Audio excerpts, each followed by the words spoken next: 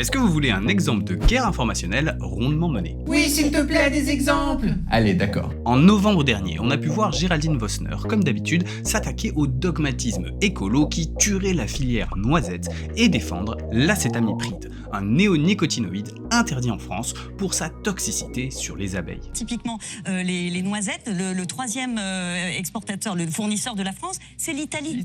C'est l'Italie qui, elle, a le droit de continuer d'utiliser l'acétamipride. Mais pourquoi la journaliste et rédactrice en chef au Point s'est-elle faite tout à coup la défenseuse de cette pauvre petite filière noisette qui pèse à peine 17 000 tonnes par an pour environ 350 producteurs en France? Et de manière générale, pourquoi a-t-on vu subitement pulluler partout à cette période des articles de presse sur les terribles dangers qui pesaient sur cette petite filière? Eh bien, au risque de ne pas vous surprendre, ces gens n'en ont en réalité pas grand-chose à taper de la noisette. Ce qu'ils veulent, c'est juste qu'on réautorise l'acétamipride. Parce que l'acétamipride, c'est un pesticide principalement utile aux betteraviers. Et la betterave sucrière en France, c'est pas la filière noisette. 370 000 hectares, près de 24 000 planteurs et environ 30 millions de tonnes annuelles. Premier rang européen, deuxième rang mondial. Seulement, la betterave, c'est pas vraiment le secteur qui va susciter la sympathie du public au moment de convaincre de la nécessité de réautoriser un pesticide controversé.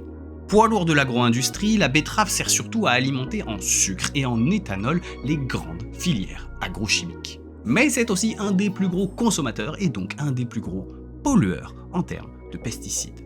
À travers son syndicat CGB, affilié à la FNSEA, la filière est engagée depuis des années dans une lutte pour la réautorisation de l'acétamipride qu'elle juge irremplaçable. Et devinez quelle est 2 mois plus tard la disposition que vient de voter le Sénat dans le cadre du projet de loi agricole. Eh oui, la réintroduction à titre dérogatoire de l'acétamipride. Et qui est le sénateur à l'origine de cette loi?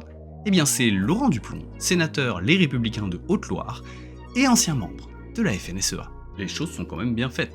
Comme quoi, si on met un peu de côté la déontologie, eh bien la guerre informationnelle, ça paye.